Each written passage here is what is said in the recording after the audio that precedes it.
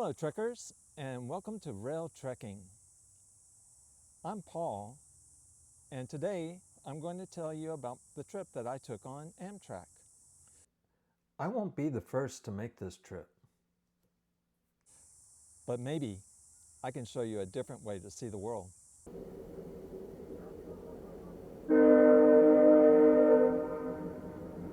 This isn't a video about riding Amtrak.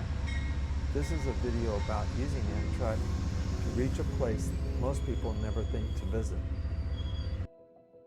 For today's journey, we'll be traveling aboard the Texas Eagle, south to San Antonio. There, our train will be coupled with the westbound Sunset Limited for the journey to Alpine, Texas. Big Bend, a place of rugged mountains, endless desert, and sometimes unforgiving beauty. Most people don't take the train to get here. It's faster to drive, but that's not really the point. So why take the train to Big Bend? One of the biggest reasons is comfort. If you opt for a sleeper, you will have a place to rest and your meals are included. There's no 8-hour drive, no wondering if you'll make it to the next gas station, and no need to find somewhere to eat along the way. But also, without the journey, Big Bend is just another destination. When booking your trip, you basically have 3 levels of comfort: coach, roomette, and bedroom. Coach offers 2 and 2 seating with wide reclining seats and plenty of legroom. A roomette gives you 1 or 2 passengers, a private space with seats that convert into sleeping accommodations at night. A bedroom adds more space, a sofa, and a private restroom with a shower. This was our first time on Amtrak, and I decided to book a bedroom with a private bath. We dropped our bags in the room and went to the Sightseer Lounge, hoping to see a sunset. We weren't disappointed.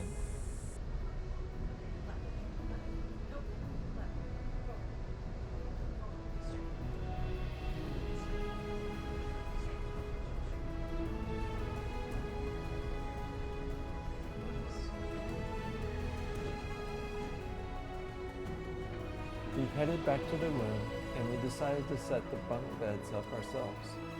Here's a tip: ask the attendant to help you. You'll be glad you did. In San Antonio, we had a layover, but we didn't get off the train. What happens is our train gets attached to the Sunset Limited, and after a few hours, we're heading south once again, and I went back to sleep. When the train got to Del Rio, it was still dark outside, but I wanted to go to the Sightseer Lounge with my camera. There were 2 things I really wanted to see from the train: the Amistad Reservoir and the Pecos River High Bridge. But it was still too dark. If the train had been about 30 minutes later, I probably would have seen both. And I already knew on the return trip it was going to be too dark to try again. I went back to the room and my partner was still sleeping. Despite my disappointment, I decided we should get up and have breakfast. After all, Alpine was just a few hours away.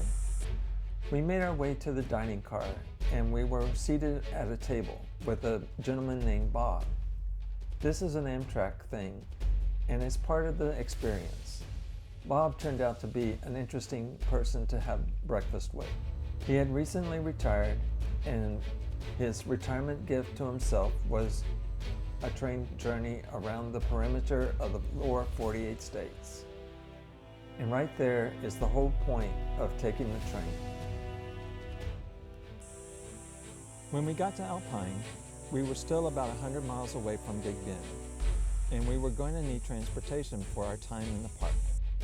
There are no traditional rental agencies in Alpine, so I turned to a peer-to-peer rental service. If you choose this option, be sure to read the contract carefully, especially any mileage restrictions. Out in West Texas, a 100-mile drive isn't unusual. We finally made it to Big Bend, but getting here was only part of the journey. Next time, I will show you how we spent 5 days exploring one of the most remote national parks in Texas. Until then, keep trekking.